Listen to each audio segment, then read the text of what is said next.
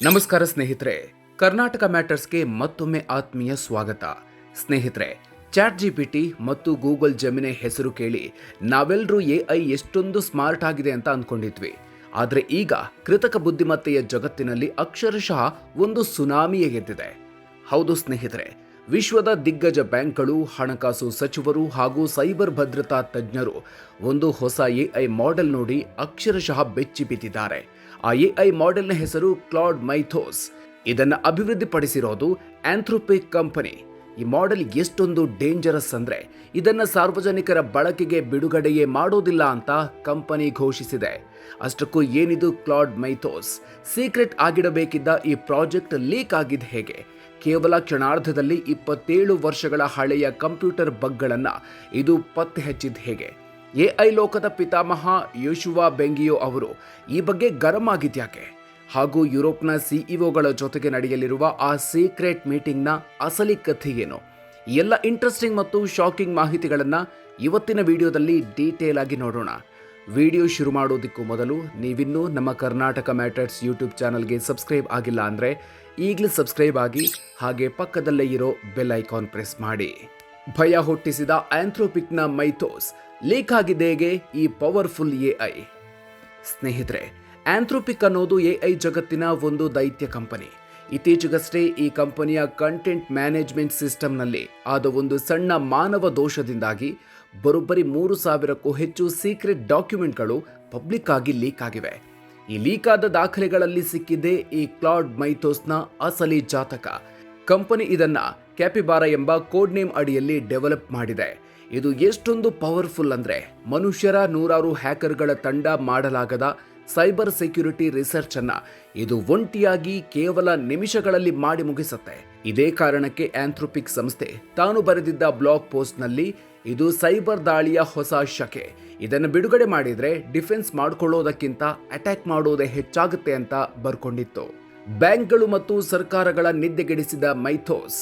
ಹೌದು, ಈ AI model ಬಗ್ಗೆ ವಾಷಿಂಗ್ಟನ್ನಲ್ಲಿ ನಡೆದ IMF ಮತ್ತು ವಿಶ್ವ ಬ್ಯಾಂಕ್ ಸಭೆಗಳಲ್ಲಿ ಗಂಭೀರ ಚರ್ಚೆ ನಡೆದಿದೆ.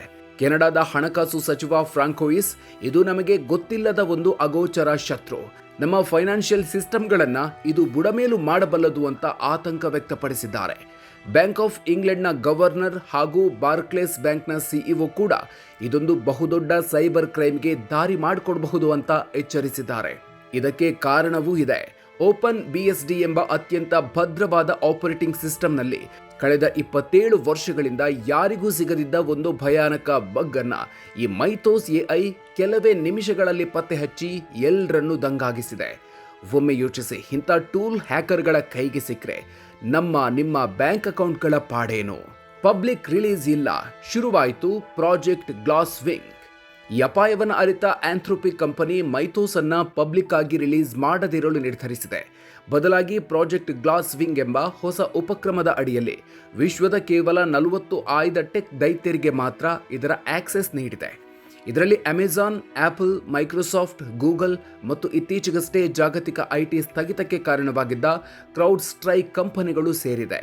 ಹ್ಯಾಕರ್ಗಳ ಕೈಗೆ ಈ ಎಐ ಸಿಗೋ ಮುನ್ನವೇ ಈ ಟೆಕ್ ಕಂಪನಿಗಳು ತಮ್ಮ ಸಾಫ್ಟ್ವೇರ್ಗಳಲ್ಲಿರುವ ಸಮಸ್ಯೆಗಳನ್ನು ಮೈಥೋಸ್ ಮೂಲಕವೇ ಪತ್ತೆ ಹಚ್ಚಿ ಅವುಗಳನ್ನು ಪ್ಯಾಚ್ ಮಾಡುವ ಅಥವಾ ಸರಿಪಡಿಸುವ ಗುರಿಯನ್ನ ಈ ಪ್ರಾಜೆಕ್ಟ್ ಹೊಂದಿದೆ. ಆಂಥ್ರೋಪಿಕ್ ವಿರುದ್ಧ ಎಐ ಪಿತಾಮಹ ಗರಂ.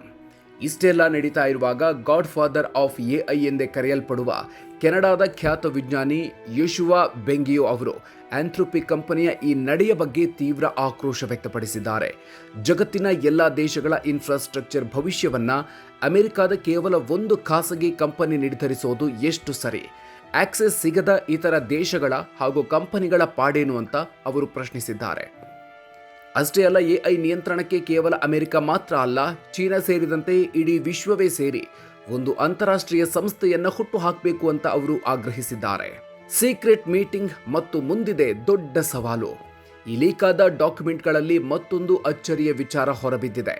ಆಂಥ್ರೋಪಿಕ್ ಸಿಇಒ ಡ್ಯಾರಿಯೋ ಅಮೋಡೆ ಅವರು ಇಂಗ್ಲೆಂಡ್ನ ಒಂದು ಐಷಾರಾಮಿ ರೆಸಾರ್ಟ್ನಲ್ಲಿ ಯುರೋಪ್ನ ಟಾಪ್ ಸಿಇಒಗಳ ಜೊತೆಗೆ ಇನ್ವೈಟ್ ಓನ್ಲಿ ಸೀಕ್ರೆಟ್ ಮೀಟಿಂಗ್ ನಡೆಸೋದಕ್ಕೆ ಪ್ಲಾನ್ ಮಾಡಿದ್ರು ಅನ್ನೋದು ಜಗಜ್ಜಾಹೀರಾಗಿದೆ. ಒಟ್ಟಿನಲ್ಲಿ ಸ್ನೇಹಿತರೆ, ಎಐ ಅನ್ನೋದು ಈಗ 2 ಕಡೆ ಹರಿತವಾಗಿರುವ ಕತ್ತಿಯಂತಾಗಿದೆ. ಒಂದೆಡೆ ಸೈಬರ್ ಸೆಕ್ಯೂರಿಟಿಯನ್ನು ಸ್ಟ್ರಾಂಗ್ ಮಾಡೋದಕ್ಕೆ ಇದು ಬಳಕೆಯಾಗ್ತಾ ಇದ್ರೆ, ಮತ್ತೊಂದೆಡೆ ಹ್ಯಾಕರ್ಗಳಿಗೆ ಸೂಪರ್ ಪವರ್ ನೀಡ್ತಿದೆ. ಈಗಾಗಲೇ ರಷ್ಯಾದ ಹ್ಯಾಕರ್ಗಳು 55 ದೇಶಗಳ 600ಕ್ಕೂ ಹೆಚ್ಚು ಡಿವೈಸ್ಗಳನ್ನು ಎಐ ಬಳಸಿ ಹ್ಯಾಕ್ ಮಾಡಿದ ಉದಾಹರಣೆಗಳು ನಮ್ಮ ಮುಂದಿದೆ. ಮೈಥೋಸ್ನಂಥ ಅತ್ಯಾಧುನಿಕ ಎಐ ಮಾಡೆಲ್ಗಳು ಭವಿಷ್ಯದಲ್ಲಿ ನಮ್ಮನ್ನು ರಕ್ಷಿಸ್ತವ ಅಥವಾ ಸೈಬರ್ ಯುದ್ಧಕ್ಕೆ ಕಾರಣವಾಗ್ತವ ಅನ್ನೋದನ್ನು ಕಾದು ನೋಡಬೇಕಿದೆ. ಸ್ನೇಹಿತರೆ, ಈ ಎಐ ಕ್ರಾಂತಿಯ ಬಗ್ಗೆ ನೀವೇನು ಹೇಳ್ತೀರಿ? ಕ್ಲಾಡ್ ಮೈಥೋಸ್ ಅನ್ನ ಪಬ್ಲಿಕ್ ಆಗಿ ರಿಲೀಸ್ ಮಾಡದಿರೋದು ಸರಿಯಾದ ನಿರ್ಧಾರವ? ಈ ತಂತ್ರಜ್ಞಾನ ಮನುಕುಲಕ್ಕೆ ವರದಾನವೋ ಅಥವಾ ಶಾಪವೋ? ನಿಮ್ಮ ಅನಿಸಿಕೆಯನ್ನ ಕಾಮೆಂಟ್ ಬಾಕ್ಸ್ನಲ್ಲಿ ತಪ್ಪದೆ ಹಂಚಿಕೊಳ್ಳಿ. ಟೆಕ್ ಲೋಕದ ಈ ಇನ್ಫಾರ್ಮೇಟಿವ್ ವಿಡಿಯೋ ನಿಮಗೆ ಇಷ್ಟ ಆಗಿದ್ರೆ ಈಗಲೇ ಲೈಕ್ ಮಾಡಿ ಹಾಗೂ ನಿಮ್ಮ ಸ್ನೇಹಿತರು ಮತ್ತು ಕುಟುಂಬದವರೊಂದಿಗೆ ವಾಟ್ಸಪ್ನಲ್ಲಿ ಶೇರ್ ಮಾಡಿ. ಇಂಥ ಆಸಕ್ತಿದಾಯಕ ಮಾಹಿತಿಗಳಿಗಾಗಿ ಮರೆಯದೆ ನಮ್ಮ ಕರ್ನಾಟಕ ಮ್ಯಾಟರ್ಸ್ ಯೂಟ್ಯೂಬ್ ಚಾನಲ್ಗೆ ಸಬ್ಸ್ಕ್ರೈಬ್ ಆಗಿ. ಮುಂದಿನ ವಿಡಿಯೋದಲ್ಲಿ ಮತ್ತೊಂದು ಇಂಟ್ರೆಸ್ಟಿಂಗ್ ವಿಷಯದ ಜೊತೆಗೆ ಮತ್ತೆ ಸಿಗೋಣ. ಅಲ್ಲಿವರೆಗೂ ನಮಸ್ಕಾರ.